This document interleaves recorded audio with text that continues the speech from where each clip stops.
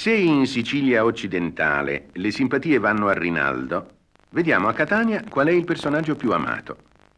Ce ne parla il puparo Natale Napoli. Rinaldo si acquista la simpatia del pubblico per il suo fare di Don Giovanni, per la sua capacità nella scherma e oltretutto aveva un fascino particolare di tutto quello che faceva.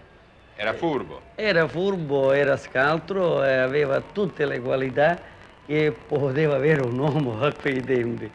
E così il pubblico acquista una simpatia, un amore addirittura per Rinaldo.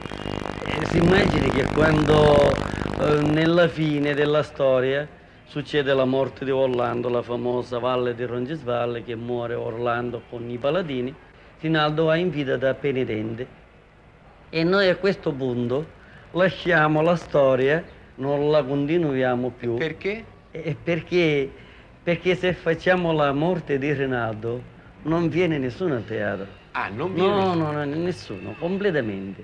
Io, Marchese Oliviero di Vianna,